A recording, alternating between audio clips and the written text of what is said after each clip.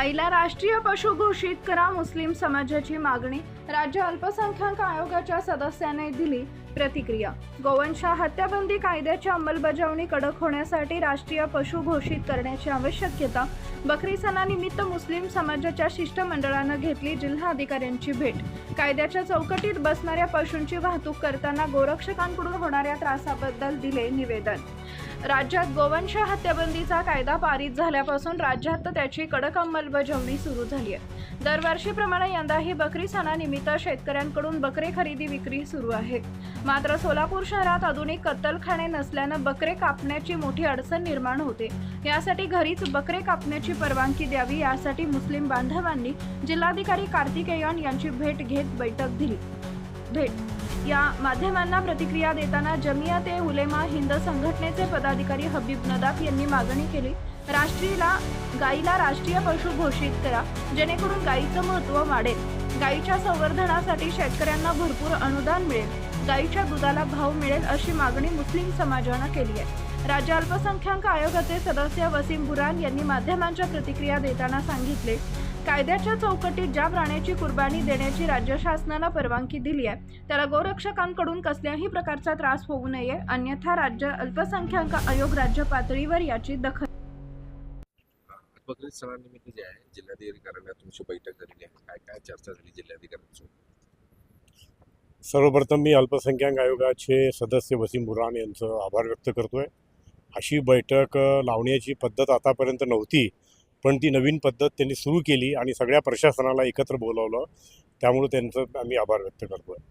या बकरीदच्या निमित्तानं शांततापूर्ण वातावरणात धार्मिक स्वातंत्र्य जे घटनेने दिलेलं आहे ते आम्हाला मिळावं, यासाठी आम्ही बकरीदच्या निमित्तानं काही निवेदन आणि काही मागणी त्यांच्यासमोर केलेल्या आहे. सोलापुरातली प्रमुख मागणी गेल्या 25 वर्षापासून स्लॅटर हाऊस सोलापूरला उपलब्ध नाही आहे आणि असं असताना महापालिका प्रशासन म्हणते की स्लॅटर हाऊसमध्ये कुर्बानी झाली पाहिजे.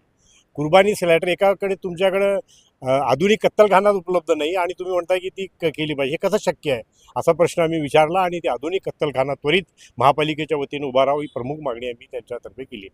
दुसरी महत्त्वाची गोष्ट, महाराष्ट्रात राज्यामध्ये ज्या गोवंश हत्या प्रतिबंध कायद्याच्या नुसार म्हशीची आणि जर्सी गाईची परवानगी आहे कत्तल करायची, कुर्बानी करण्याची, ते सुद्धा अडवणूक केली जात आहे. तर आमचं म्हणणं आहे की गोरक्षकाचा त्वरित बंदोबस्त करावा.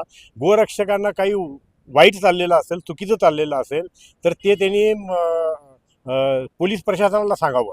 स्वतः कारवाई करण्याचा त्यांना अधिकार नाही आहे. रक्षकाच्या माध्यमातून मॉब लिंचिंगचे केसेस भारतात वाढत आहेत, ते मॉब लिंचिंगचे केसेस होऊ नये, पोलीस प्रशासनाने सतर्क राहून कारवाई करावी अशी मागणी आम्ही तिथे केलेली आहे.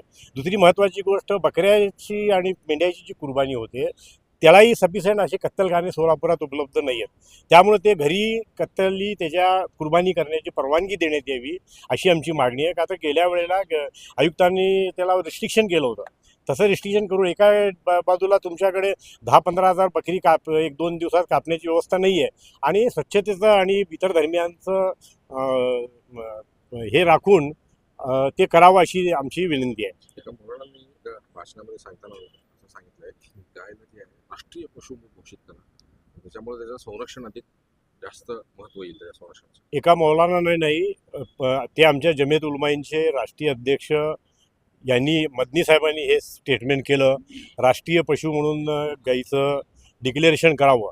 या मागणीचं आम्ही समर्थन करतोय. समर्थन याच्यासाठी की इतर धर्मियांच्या, खास करून हिंदू समाजामधले एक आदराचं आणि एक यशस्थान गाईला आहे आणि त्याचं महत्त्व आम्हालाही माहीत आहे. त्यामुळं आम्ही गाईची कुर्बानी मुस्लिम समाजाही करणार नाही, कुठल्याही परिस्थितीत आम्ही करणार नाही. पण या गाईचं संरक्षण व्हावं, रस्त्यावरती कचरा खात फिरू नये, त्यासाठी शासनाची जबाबदारी आहे की ती शासनाने त्याला राष्ट्रीय पशु म्हणून जर जाहीर केलं तर त्याचं महत्त्व वाढेल आणि त्या दृष्टिकोनात मुस्लिम समाजाची मागणी आहे ती मौलानाच्या माध्यमातून केलेली आहे. तर आम्ही त्याचं समर्थन करतो आणि गाईला राष्ट्रीय पशु जाहीर करावं अशी मागणी पुन्हा एकदा आम्ही करतो. राष्ट्रीय पशु जाहीर केलं, त्याची खरेदी विक्री देखील बाजारात जे आहे त्याच्यावर पण देखील बंधन येतील, शेतकऱ्यांचं काय त्याला फटका बसेल, ती शासनाची जबाबदारी आहे ना. राष्ट्रीय पशु जाहीर केल्यानंतर जे शेतकऱ्यांचे प्रश्न निर्माण होतील, शेतकऱ्यांना सबसिडी द्यावी, त्यांना चारा उपलब्ध करून द्यावा, शासनानं सबसिडी द्यावी ना.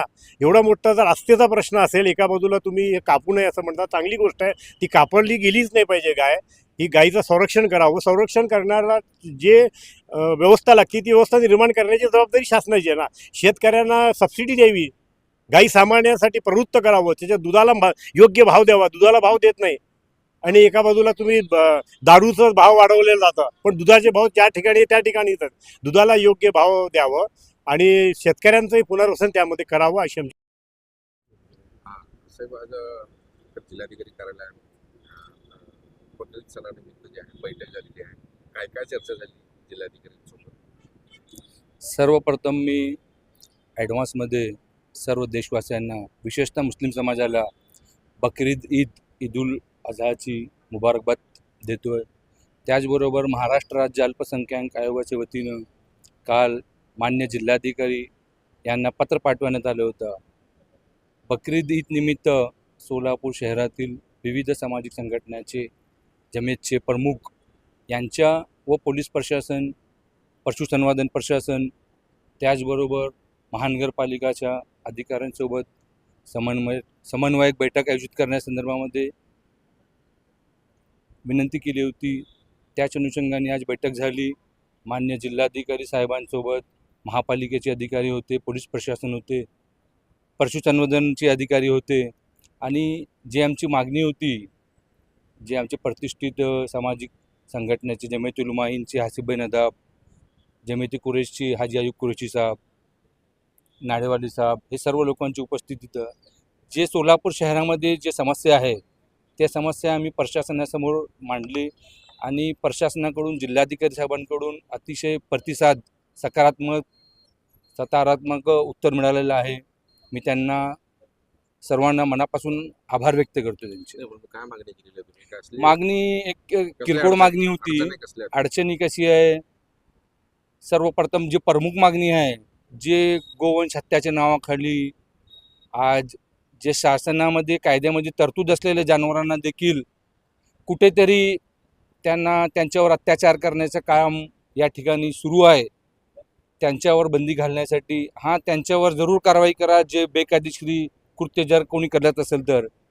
पण जे कायद्याच्या चौकटीत राहून कार्य करत असतील तर त्या लोकांवर देखील अन्याय करत असेल तर हे आम्ही कदापिच सहन करणार नाही. आणि मी आज महाराष्ट्र राज्य अल्पसंख्याक आयोगाचा राज्य सदस्य म्हणून असले जे कोणी कृत्य करत असेल त्यांच्यावर कडक कारवाई करण्याची ग्वाही या ठिकाणी. बंधुप्रेम न्यूज चॅनलला लाईक, सबस्क्राईब व बेल आयकॉन दाबायला विसरू नका. धन्यवाद.